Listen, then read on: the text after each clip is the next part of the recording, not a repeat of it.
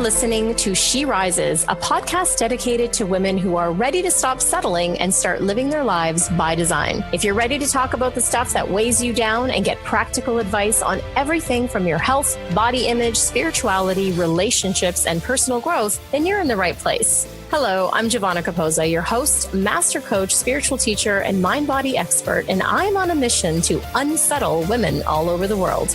Are you ready to rise?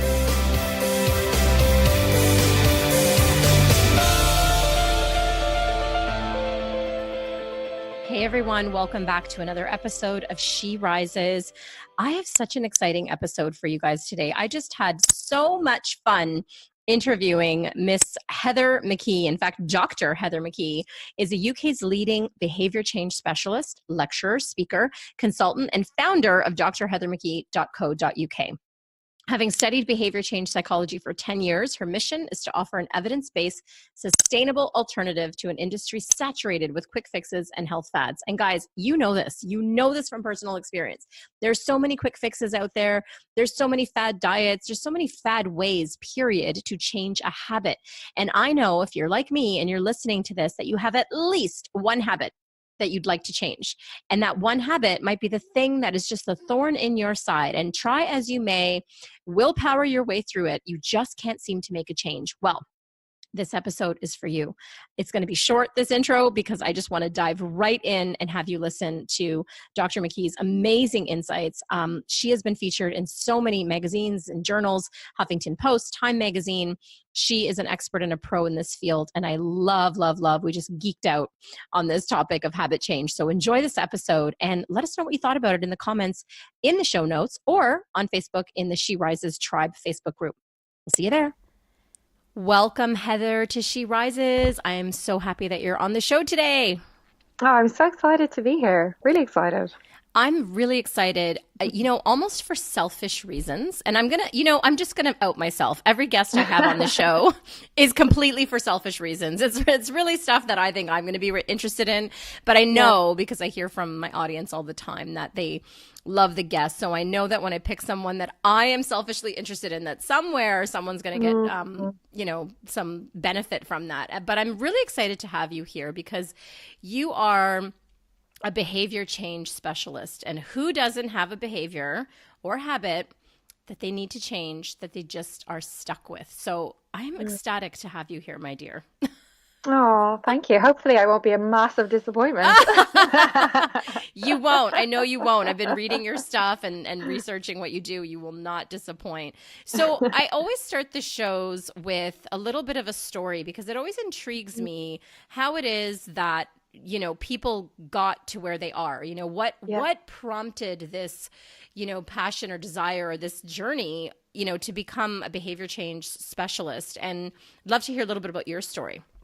Okay, yeah, fantastic. Well, it kind of started back. So I started out as I had a big interest in health.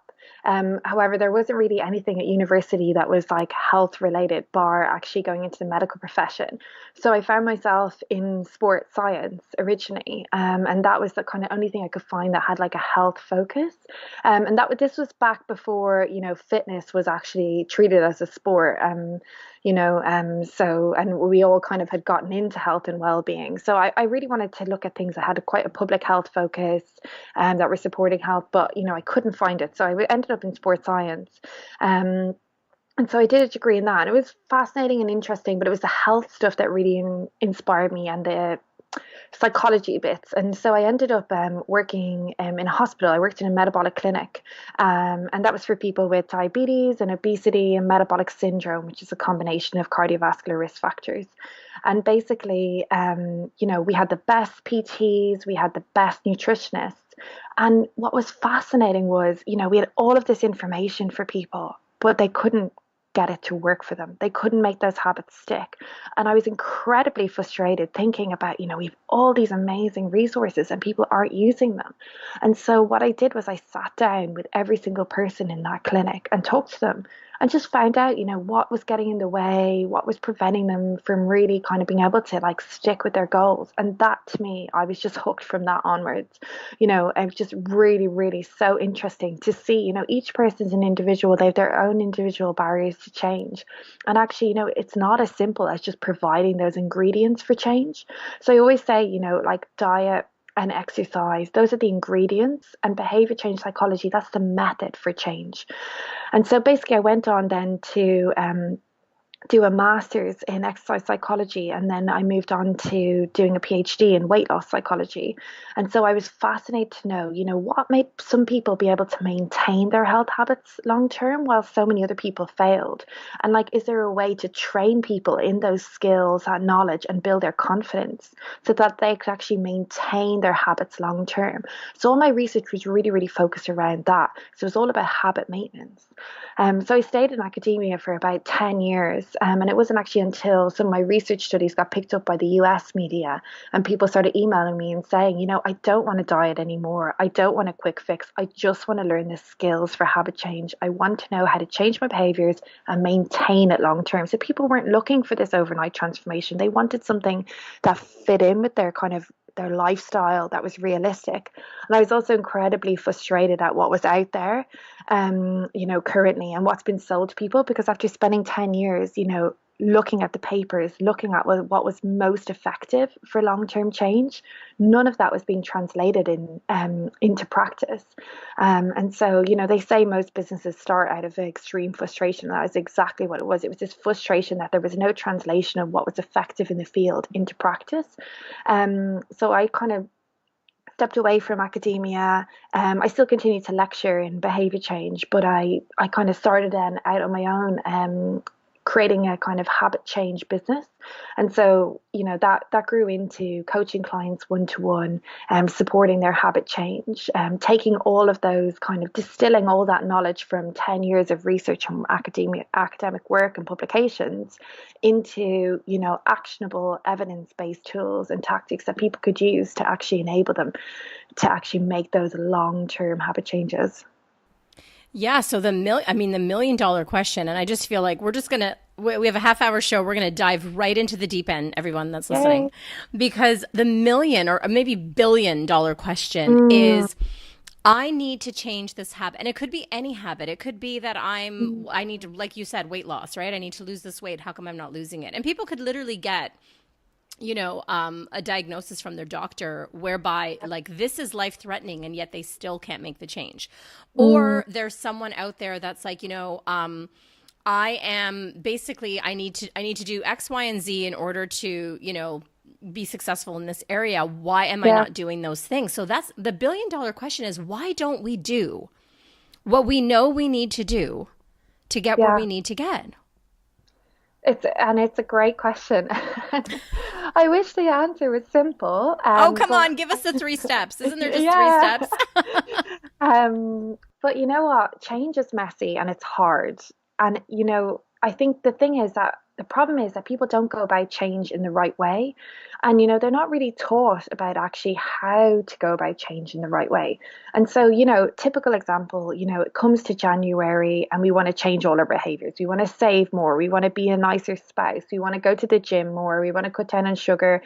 The list goes on. And we put so much pressure on ourselves to do all of these things and do them perfectly. And so it seems like there's just a huge mountain to climb when it comes to change, because, we're suffocated by our own perfectionism.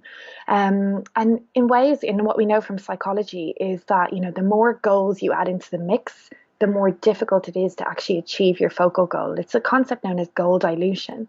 And so for me, it's about making change as easy as possible to happen. Whereas people tend to go about it and make it really, really difficult. They've even shown in studies, when they told people that they're going to go on a diet the following week, people started to overcompensate and eat more the week before, in anticipation of that change. Absolutely. I've never done that, by the way. But you're totally talking about me. Yeah. But yeah, it's the fear of change. And the thing is, like, so ultimately willpower is like a muscle, okay? So the thing is, if I go to the gym for the next week and train just my left bicep and I lift and I lift and lift, by the time it gets to Friday, I'm not even going to be able to lift a cup of tea. I'll be so like, depleted and everything else. However, and that's exactly, the way that a lot of people approach healthy habits. They're like, right, okay, it's Monday, I'm going to be perfect, I'm going to do everything perfectly, and they use up all their willpower, striving for this perfection over time. However, if you train your willpower in adequate amounts, so, taking the rest and recovery like you would, if you were training certain muscles in the gym and everything else, it can actually get stronger over time. And so the key with habit change is to start small in the way that it's almost laughably easy to start. So one thing I talk with my clients about, I know you like practicality, so this is something really pragmatic that we do, is I talk about micro changes. So I talk about what is the smallest change that you're willing to make. And so people come in at the start and they're full of motivation. It's great, but that motivation isn't going to be sustained. And so what we want is ongoing, consistent, continual momentum. And momentum is what's key to habit change. So we want to start so small, it's almost laughably easy. Like small changes like having half a spoonful of less of sugar in your tea, or taking the stairs at work, or whatever is most relevant to the habit that you wish to change. And if you think about it, like half a spoonful of sugar less in your tea, if you have 3 cups of tea or coffee, in a day, over a year, that's a huge amount of calories that you're saving, and yet it doesn't feel that hard. So essentially what I see habit change, I see bad habits or unhealthy habits. I don't like to moralize habits, but unhealthy habits, I see them like a knot.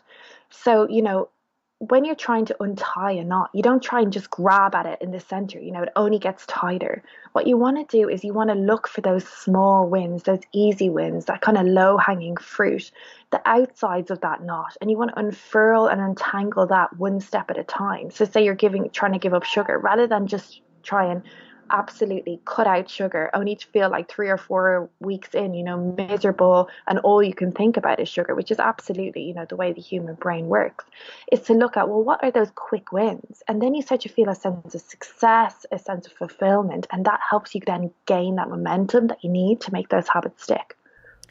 Amazing. And I want to geek out here for a second because I really like you said something so, well, you said everything powerful there, but one of the things you said is that we get suffocated by perfectionism. And I just see that. I mean, we could paint that paintbrush over so much of our lives in so many areas. And so I wonder, like, what's happening in the human mind and in the psyche when we approach a problem or a challenge, or let's a habit we want to change.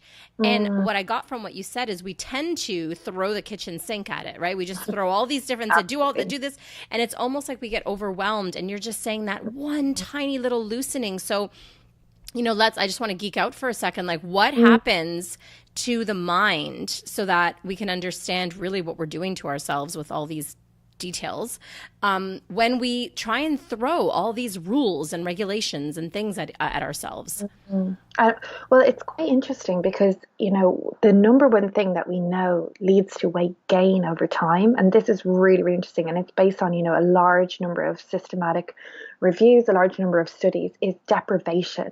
So as soon as we feel deprived, that's when we tend to rebel. That's when we tend to kind of lash out. That's when we tend to go off the wagon. And so if we look at that from a neuroscience point of view, the more you resist, the more it persists, is what I like to say. And, the more we try and deprive ourselves and restrict, actually, the more that we want that thing.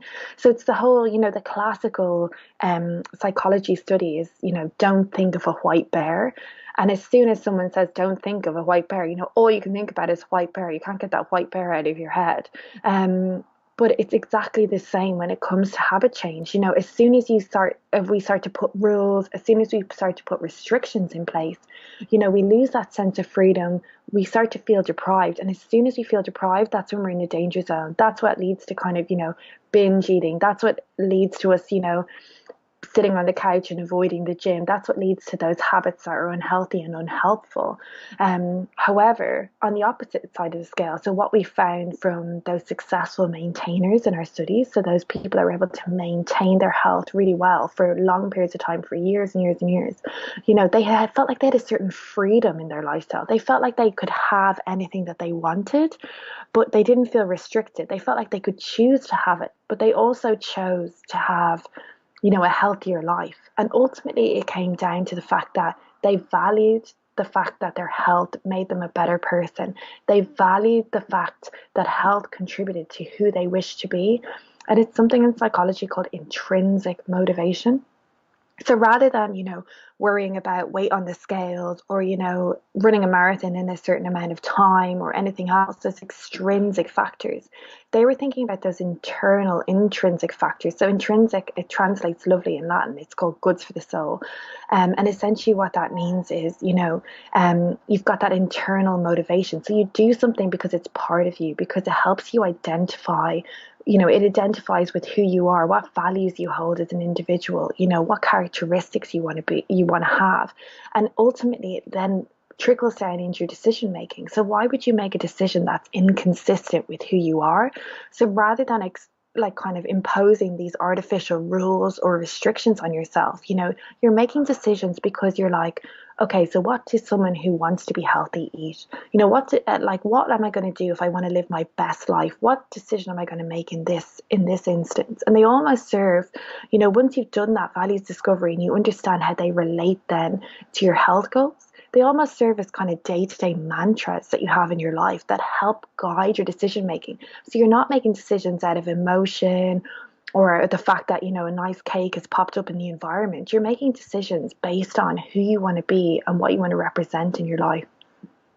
Beautiful. I love that. I love that because it's like I was listening to you speak, and of course, I know people listening are going to resonate with that. I personally resonate with that because I didn't, gain back the weight that I lost just because I did it out of yo-yo dieting and trying to deprive myself to get to some kind of crazy goal.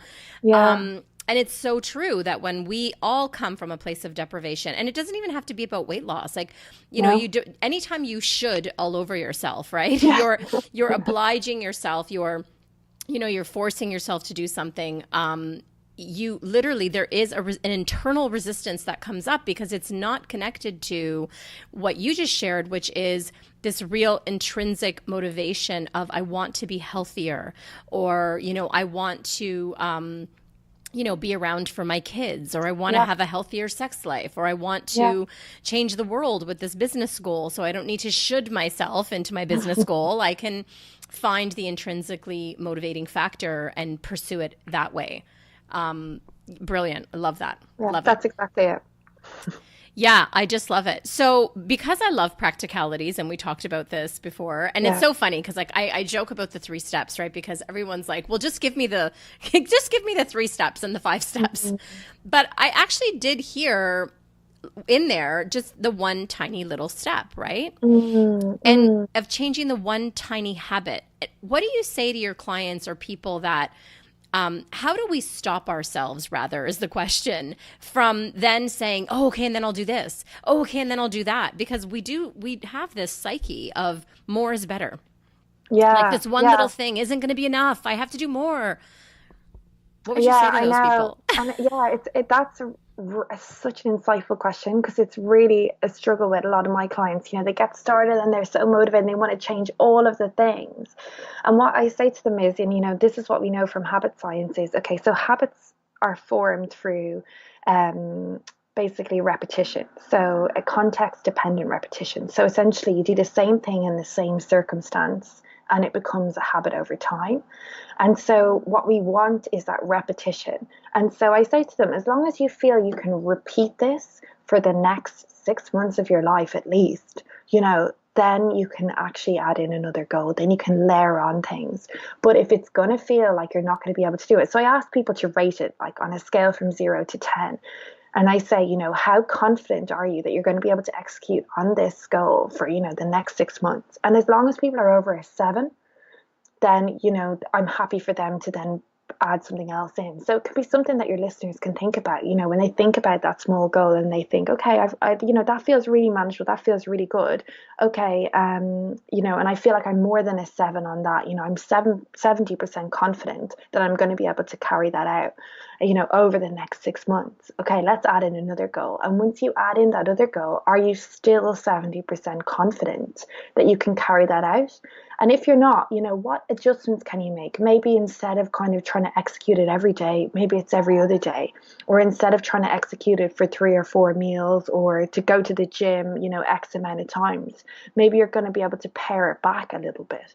And just to start. And I think that's a really good way of kind of for people to kind of monitor, because we do go all in. And unfortunately, what the research says is those simpler habits, they're made automatic quicker. And that's what we want to get to. We want to get to that automaticity. So we want to get to the fact where, because this is the beautiful thing about habits. So when we wake up in the morning, we don't sit and contemplate the pros and cons of dental hygiene. We don't toy over whether we're in the mood or we feel emotionally resilient enough to brush our teeth. We just go and brush our teeth because it's something that we've always done. And this is where we want to get to with our health habits, because 40% of your day is made up of the habits that you have. And ultimately, it's your habits rather than your willpower that's needed for success. And so what we want to do is we want to get those habits to the point where they're repeated often enough in the same context at the same time that they become like brushing your teeth. So you don't even have to think about it anymore.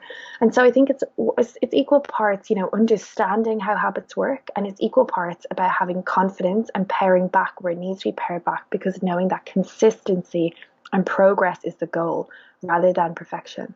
I love that you brought in automaticity, and specifically as it relates to the example of brushing your teeth, because it is so simple and we don't contemplate those things. We start from when we're very young, and this is just the one small thing that we do in the morning. And what I like about that example is it speaks to everything else you were saying, that this is a layered effect. Like it's one tiny thing. And then if that's sustainable, then you layer something else, right? So it's like then you wash your face in the morning, right? And then that's another step. And then it just becomes, what you do. It's automated. I absolutely love that. I'm so curious where in your research and in your opinion and just in your experience with your clients and the people you work with, where do concepts like, self-sabotage come in and things of that nature? I love that you say that, because this is primarily why a lot of my clients come to me in the first place. And actually, it kind of brings me on to a point that I was going to make. There's two kind of sides to habit change. There's the practicality side. So there's actually, eating at the right times of the day, eating the right foods, going and exercising in adequate bouts and all of that. And then there's the emotional side of things. And, we've got to look at habits. I suppose like an onion, and there's different layers, and those outer layers are easier to start with. So there's practicality. So, making sure you're eating breakfast so that you're not starving by lunch and making poor choices. And so we start with those practical layers because they're the quick wins, they're the easy wins. And as we start to strip them away, we get into the more emotional layers. And because so habits, as I said, they work across a loop. So, there's a trigger, there's then the behavior or habit, and then there's the reward. So what we over time then start to look at, okay, well, what are those times of day that you're most tempted at, and why? And what reward are you seeking at that time? So for example, it might be that you're a really busy mom and you have no time at all to yourself all day. And the second, the kids are in bed in the evening, that's when you start to eat too much, or you feel like you're eating out of stress, out of tiredness, out of boredom. You're seeking that freedom, you're seeking that joy in your life. And that's the kind of self-sabotage that I'm really, really interested in looking at. It's when food becomes a coping mechanism for people, when food becomes an emotional crutch for people. And what we do in those circumstances is we look at, well, what else, what are you missing? What are you craving? What's that reward that you're looking for? And everyone can do this at home. It's very simple. And one of my big studies that was in the Annals of Behavioral Medicine, what we did is we tracked people's temptations. So we looked at when people were tempted most and why. And was it because they were hungry? Or was it something else? Was they were stressed? Were they tired? Were they bored? Were they emotional? What emotional were they feeling? And then what reward were they seeking in eating? Because if you can tap into what that reward is, it can tell you a lot about actually how to go about rearranging that habit so it's more functional. Because when it comes to it, ultimately, habits like smoking or eating, they don't actually provide that stress relief. They don't actually provide that relaxation. And then it becomes this vicious cycle where you feel shame and guilt for acting in a certain way. And then that exacerbates the habit and it makes it more likely that you'd engage in it more often. So it's going back to understanding, well, what is that reward that you're seeking? What are you looking for in this behavior? Love it. Yeah, I use the word a lot and I speak a lot about addiction because I have Mm, such a fascination around the psychology of addiction, which really is like a habit to the nth degree, right? mm, And it's a similar psychology, right? It's like it's a numbing out often. yeah. It's a way, there's something underneath it that is the real Mm, motivator, right? Like you just mentioned.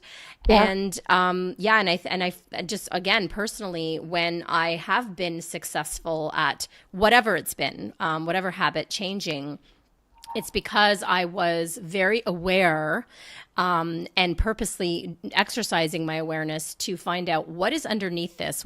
Mm, Why have I just turned to a bowl of popcorn when I'm not hungry? yeah. Why have I just I don't know, skipped my yoga class when I really wanted to go. Like what's going Mm, on there?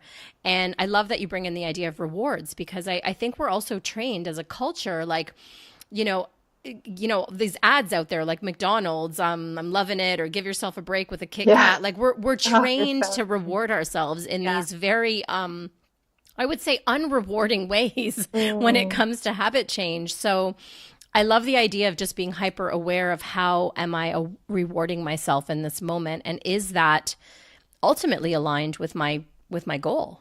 Yeah, like you say, bringing it back to your values, and really understanding, okay, is this representative of who I want to be in life? But also looking at, okay, and then this is something pragmatic that people could do. And I know that you like practical examples, so I'll just jump right into this. So, when we fail or we have a lapse in behavior or we give in to temptation, the people that are most successful are the people that look at how they learn from that situation. So ultimately, we're never going to go from our habits to A to B in a straight line, without any room for deviation off that path. And, the truth is life doesn't work in that way. There's so many decisions, options, opportunities around food, and improving our habits doesn't work in that way either.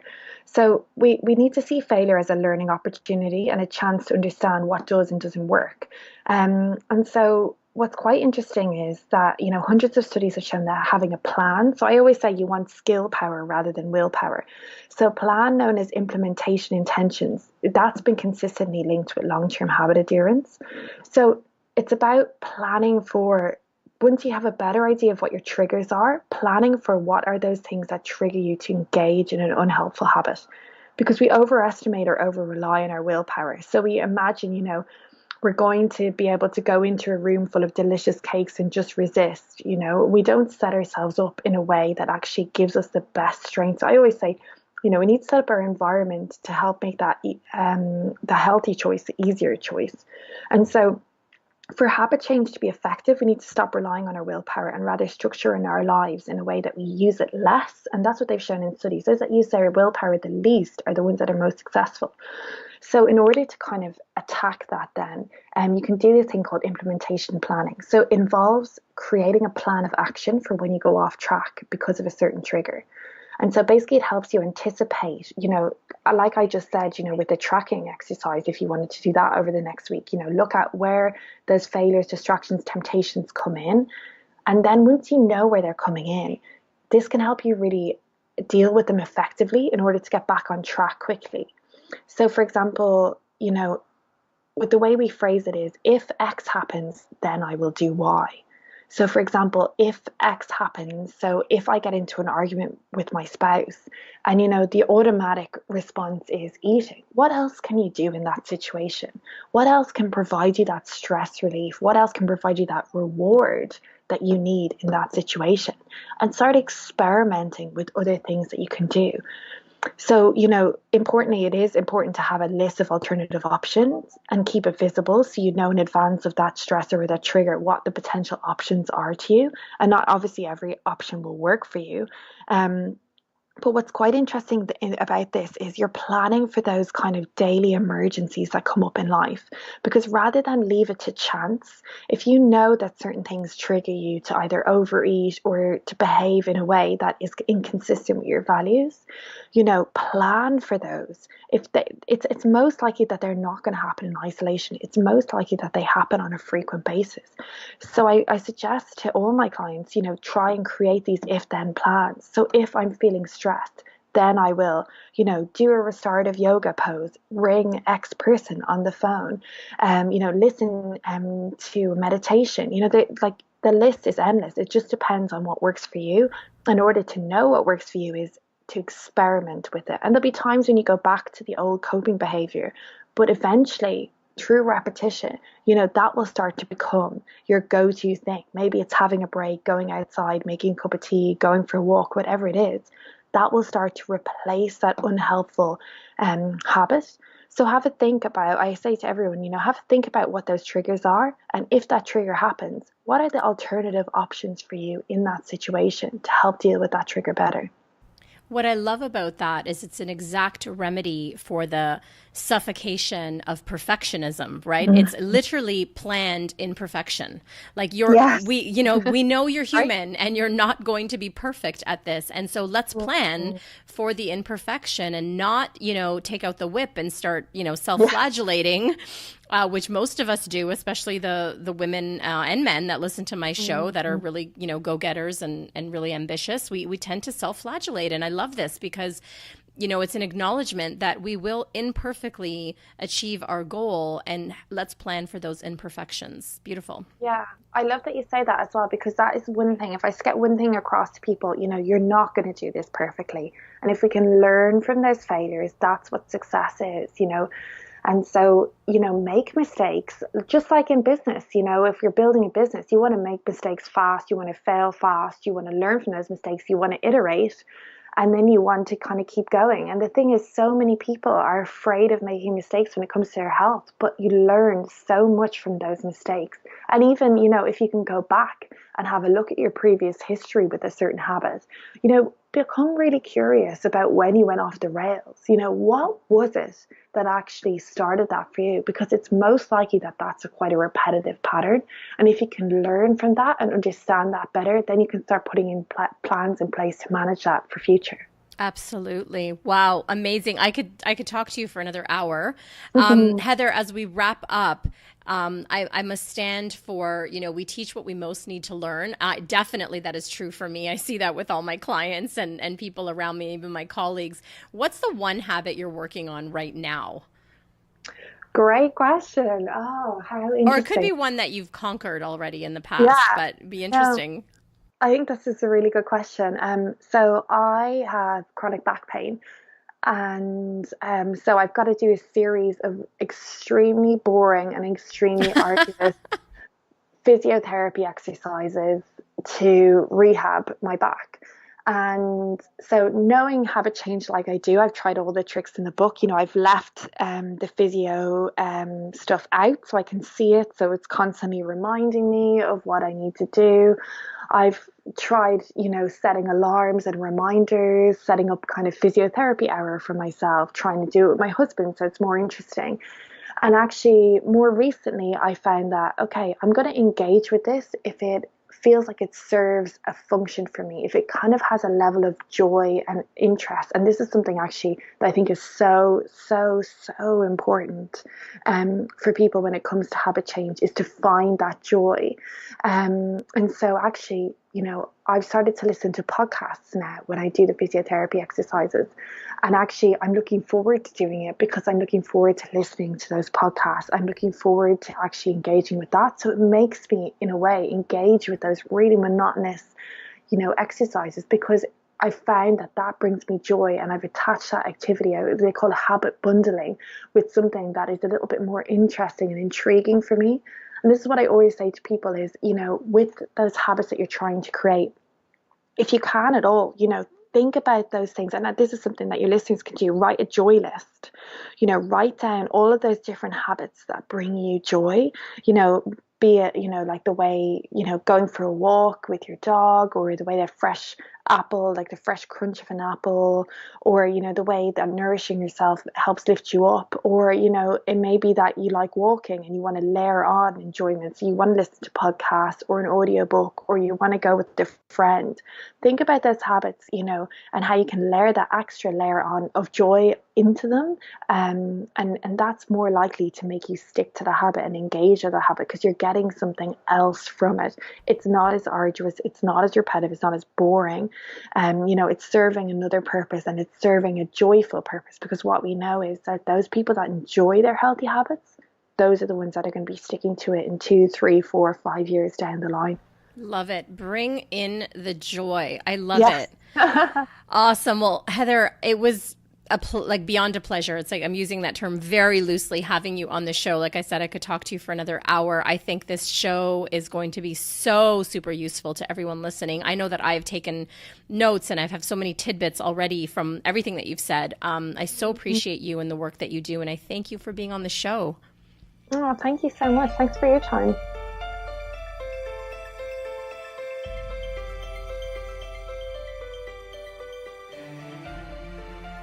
Thank you so much for tuning in, and keep rising, everyone. For books and resources related to today's episode, make sure you head over to SheRisesPodcast.com, and I'll see you there. If you've enjoyed today's episode, make sure you tune back in next week when I dive into more juicy topics to help make your life the best it can be. And hey, if you've enjoyed listening to the show and you love it, head on over to iTunes and leave me a rate and review, and subscribe there to the show.